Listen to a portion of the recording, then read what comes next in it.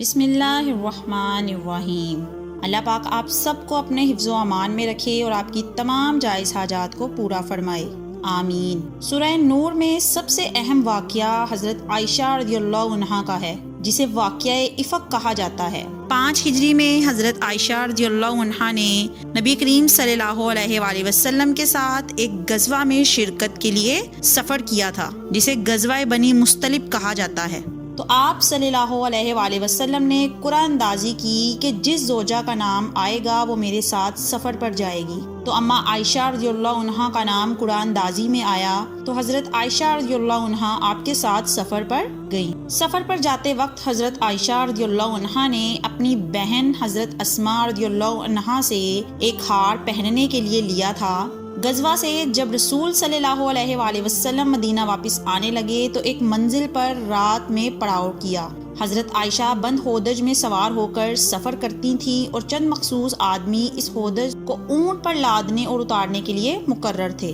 سفر پر جب قافلے نے پڑاؤ ڈالا تو حضرت عائشہ رضی اللہ عنہا قضائے حاجت کے لیے گئیں تو وہاں ان کا ہار گم ہو گیا۔ تو ہار تلاش کرنے میں انہیں کچھ وقت لگ گیا تو واپسی پر صحابہ کرام رضی اللہ عنہا کو لگا کہ حضرت عائشہ رضی اللہ عنہا اپنے ہودج میں ہی موجود ہوں گی، تو انہوں نے ہودج اٹھا کر اونٹ پر رکھ دی اور چل دیے۔ جب حضرت عائشہ رضی اللہ عنہا آئیں تو پریشان ہوئی کہ قافلہ تو جا چکا ہے، تو وہیں اس نیت سے آرام کرنے کے لیے لیٹ گئیں کہ جب دوسرے مقام پر قافلہ پڑاؤ ڈالے گا اور انہیں معلوم ہوگا کہ میں ہودج میں موجود نہیں ہوں تو وہ واپس مجھے تلاش کرنے ادھر ضرور آئیں گے۔ پہلے زمانے میں یہ دستور تھا کہ جب بھی کوئی قافلہ جاتا تھا تو پیچھے کچھ لوگ آ رہے ہوتے تھے تاکہ اگر اس قافلے سے کوئی چیز رہ گئی ہو تو ہم اٹھا لیں۔ تو حضرت صفوان ابن معطل رضی اللہ عنہ پیچھے سے آ رہے تھے، ان کی حضرت عائشہ رضی اللہ عنہا کے چہرے پر نظر پڑی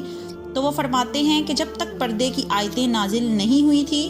میں چونکہ حضرت عائشہ رضی اللہ عنہا کو دیکھ چکا تھا تو اس لیے میں ان کو دیکھ کر پہچان گیا۔ تو حضرت صفوان رضی اللہ عنہ نے زور سے انا للہ و انا الیہ راجعون پڑھا۔ جیسے ہی انہوں نے پڑھا تو حضرت عائشہ رضی اللہ عنہ اٹھ گئیں۔ تو وہ فرماتی ہیں اس وقت سے مدینہ داخل ہونے تک کوئی کلام انہوں نے مجھ سے نہیں کیا، بس وہ اونٹ پر بیٹھیں اور حضرت صفوان ابن معطل رضی اللہ عنہ انہیں لے کر چلے گئے۔ تو جیسے ہی مدینہ میں داخل ہوئے تو عبداللہ بن ابی جو بہت بڑا منافق تھا، منفی پروپاگنڈے کا اسے موقع چاہیے ہوتا تھا، تو اس نے جب دیکھا کہ حضرت عائشہ رضی اللہ عنہا حضرت صفوان رضی اللہ عنہ کے ساتھ آ رہی ہیں تو اس نے معاذ اللہ نقل کفریہ یہ پروپاگنڈا کرنا شروع کر دیا کہ معاذ اللہ ان کے آپس میں ناجائز تعلقات ہیں، زنا کی تہمت لگائی اور اتنا پروپاگنڈا کیا کہ 3 صحابہ وہ بھی اس کے پروپاگنڈے میں آ گئے، حالانکہ وہ آپ صلی اللہ علیہ وآلہ وسلم کے ساتھ بہت مخلص تھے اور غزوہ بدر میں شریک ہوئے تھے، جن میں 2 صحابہ اور 1 صحابیاں تھی۔ جو 2 صحابہ تھے ان میں سے ایک حسان بن ثابت تھے اور یہ نبی کی شان میں اکثر اشعار پڑھا کرتے تھے، اور دوسرے مصطاح ابن اساسہ تھے، یہ بھی غزوہ بدر میں شریک ہوئے تھے، اور تیسری خاتون حمنہ بنت جہش تھی۔ اس منافق نے اتنا پروپاگنڈا کیا کہ یہ تینوں بھی اس میں شامل ہو گئے۔ حضرت عائشہ رضی اللہ عنہ سفر سے واپسی پر تھکاوٹ کی وجہ سے بیمار تھیں، وہ گھر سے نہیں نکلی۔ ایک دن وہ حضرت مصطاح کی والدہ کے ساتھ قضائے حاجت کے لیے دور گئیں تو وہ جب جا رہی تھی تو ان کی ٹھوکر لگی، تو حضرت مصطاح کی والدہ نے اپنے بیٹے کے لیے بد دعا کی کہ وہ ہلاک ہو جائے۔ تو یہ فرماتی ہیں کہ میں نے کہا وہ بدری صحابی ہیں، کیوں ان کے لیے بد دعا کر رہی ہو؟ تو انہوں نے کہا کہ تمہیں پتہ نہیں ہے تمہارے بارے میں کیا مشہور کر دیا ہے۔ حضرت عائشہ رضی اللہ عنہ کو اس بات کا جب علم ہوا تو وہ بہت زیادہ روئیں اور بیمار ہو گئیں، اور پھر نبی کریم صلی اللہ علیہ وآلہ وسلم کو بھی اس کی اطلاع ملی کہ مدینہ میں اس قسم کی خبریں گردش کر رہی ہیں، تو آپ صلی اللہ علیہ وآلہ وسلم بھی بہت زیادہ غمزدہ ہوئے۔ تو پھر نبی کریم صلی اللہ علیہ وآلہ وسلم حضرت عائشہ رضی اللہ عنہ کے والدین کے گھر گئے اور حضرت عائشہ رضی اللہ عنہ سے پوچھا کہ بتاؤ اصل معاملہ کیا ہے؟ تو حضرت عائشہ رضی اللہ عنہ فرماتی ہیں کہ میں نے کہا کہ اگر میں یہ کہوں گی کہ میں بے گناہ ہوں تو لوگ میری بات پر یقین نہیں کریں گے، اور اگر میں کہوں گی کہ میں مجرم ہوں تو فوراً لوگ یقین کر لیں گے، تو میں اس موقع پر وہی کہوں گی جو یعقوب علیہ السلام نے اپنے بیٹے کے گم ہونے پر کہا تھا،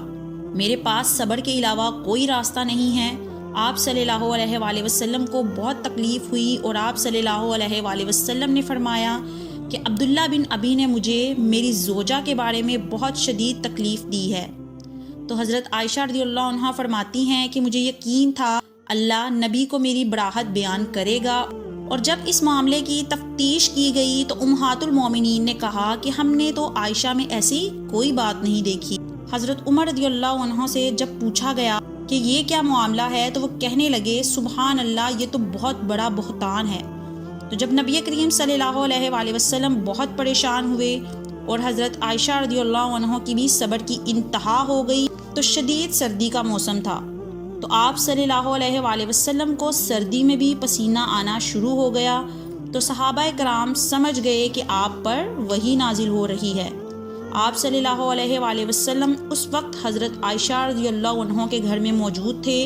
اور آپ پر وحی آنا شروع ہو گئی، اور پورا رکوع یعنی 11 آیتیں نازل ہوئی جس میں اللہ نے حضرت عائشہ رضی اللہ عنہ کی پاک دامنی کو بیان کیا۔ جب آپ صلی اللہ علیہ وآلہ وسلم نارمل حالت میں آئے تو آپ صلی اللہ علیہ وآلہ وسلم نے حضرت عائشہ رضی اللہ عنہ کو خوشخبری سنائی کہ اللہ نے تمہاری پاک دامنی کو بیان کر دیا ہے۔ تو اس پر یہ آیتیں نازل ہوئی کہ حضرت عائشہ رضی اللہ عنہ فرماتی ہیں کہ مجھے یقین تھا کہ اللہ میری براحت کا اعلان کرے گا، مگر اس کا تصور بھی نہیں تھا کہ قرآن کی آیتیں بنا کر نازل کر دے گا جو قیامت تک پڑھی جائیں گی۔ تو اللہ نے اس منافق عبداللہ بن ابی کے لیے دردناک عذاب کی خوشخبری سنائی اور فرمایا کہ جو کسی پر زنا کی تہمت لگائے گا تو 4 گواہ لے کر آئے گا۔ تو جو لوگ اس میں شریک تھے ان پر حد قذف جاری ہو گئی اور انہیں 80 کوڑے لگائے گئے، جن میں 2 صحابی، 1 صحابیہ اور عبداللہ بن ابی منافق موجود تھا۔ اور پھر اللہ نے حضرت عائشہ کی براحت کا اعلان کیا اور صحابہ کو بھی تنبیہ کی کہ ایسا کیوں نہیں ہوا کہ جب تم نے یہ خبر سنی تھی تو تم نے یہ کیوں نہیں کہا کہ ہم تو اس پر کلام بھی نہیں کر سکتے، یہ تو بہت بڑا بہتان ہے، اور اللہ تمہیں نصیحت کر رہا ہے کہ اس کے بعد ایسی حرکت کبھی نہیں کرنا۔